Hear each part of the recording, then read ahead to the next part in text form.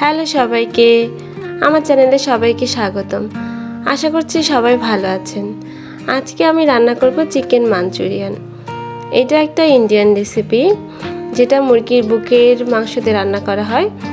আর আমি তার সাথে কিছু হাড়ের মাংস অ্যাড করেছি, যেগুলো অতটা শক্ত না। সেজন্য প্রথমে মাংসটাকে ম্যারিনেট করে নিতে হবে। মাংসগুলোকে খুব ছোট করে কেটে তার মধ্যে দিয়ে দিলাম 1 টেবিল চামচ সয়া সস, তারপর দিলাম 1 চা চামচ গোলমরিচের গুঁড়া, এরপর এখানে দিলাম একটু লবণ, এরপর অ্যাড করলাম একটা ডিম, এরপর 1 ফালি লেবু চিপে দিয়ে এটাকে ভালোভাবে মেখে নিব। লেবুটা দিলে আর কি মাংসটা সফট হয়ে যায়। এরপর খুব ভালোভাবে হাত দিয়ে এগুলোকে মেখে নিব। আর মাংসটাকে মিনিমাম আধা ঘন্টা ম্যারিনেট করে রাখতে হবে, তবে হাতে সময় থাকলে 2 ঘন্টা রাখলে আরও বেশি ভালো হয়।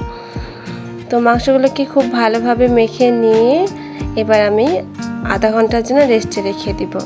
আধা ঘন্টা পর আমি এখানে অ্যাড করব 2 টেবিল চামচ কর্নফ্লাওয়ার। যদিও এখানে মেজারমেন্ট কাপটা 1/4 কাপ ছিল, তবে এখানে কিন্তু আমি 2 টেবিল চামচ পরিমাণই ব্যবহার করেছি। এরপর আবার এগুলোকে খুব ভালোভাবে হাত দিয়ে মেখে নিব। এখানে কিন্তু শুধুমাত্র কর্নফ্লাওয়ার ব্যবহার করলেই হবে, কোনো প্রকার ময়দা বা বেসন ব্যবহার করার কোনো প্রয়োজন নেই। মাখার পর মনে হতে পারে কর্নফ্লাওয়ার হয়তো বা কম হয়ে গেছে, তবে এখানে কিন্তু আর কোনো কর্নফ্লাওয়ারের প্রয়োজন নেই। ভাজার পর এটাই খুব সুন্দর একটা কোটিং হয়ে যাবে। এরপর এখানে প্যানে কিছুটা তেল দিয়ে খানিকটা গরম করে নিয়েছি। খুব বেশি গরম করি নাই, হালকা গরম করে মাংসগুলো দিয়ে দিয়েছি। বেশি গরম করলে সঙ্গে সঙ্গেই ব্রাউন কালারটা এসে যাবে, বাট ভিতরে কোনো সিদ্ধ হবে না। তো এভাবে আমি 2 পিঠ ভালোভাবে ভেজে নিব। এক পাশ ভাজা হয়ে গেলে এগুলোকে উল্টিয়ে দিব, তাহলে 2 পাশেই খুব সুন্দর করে কর্নফ্লাওয়ারের কোটিংটা হয়ে যাবে।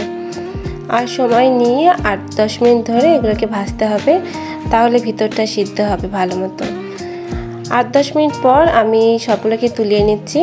আর তুলে নেওয়ার পর এরকম কিন্তু ব্রাউন কালার হয়েছে।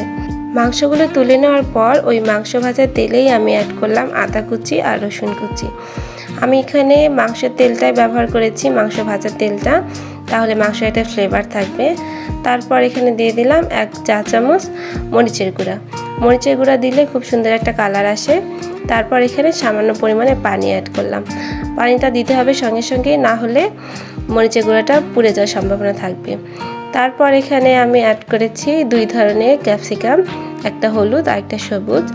তারপরে এখানে 2টা কাঁচামরিচ অ্যাড করেছিলাম আর কিছুটা পেঁয়াজ। এরপর দিয়েছি লবণ।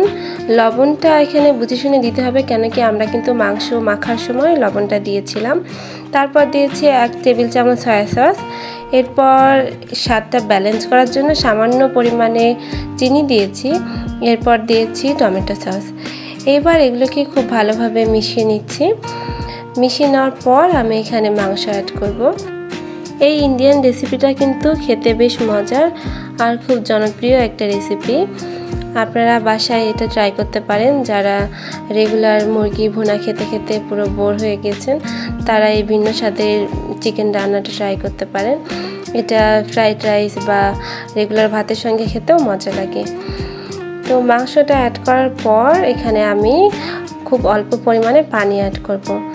পানি দিয়ে আমি এটাকে 5 মিনিটের মতো ঢেকে রান্না করব। তো 5 মিনিট আমি ঢেকে রান্না করেছি। এখন আমার রান্না প্রায় শেষ।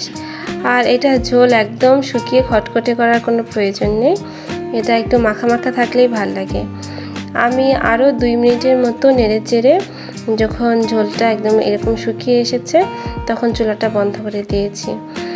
তো আপনারা যদি বাসায় রান্নাটা ট্রাই করেন, তাহলে আমাকে জানাতে পারেন কেমন লেগেছে। আর সবাই আমার চ্যানেলের সঙ্গে থাকবেন। আর ভালো লাগলে একটা কমেন্ট, একটা লাইক আর সাবস্ক্রাইব করে দেবেন আমার চ্যানেলটা। তো আজকের মতো সবাইকে টাটা। সবাই ভালো থাকবেন, সুস্থ থাকবেন।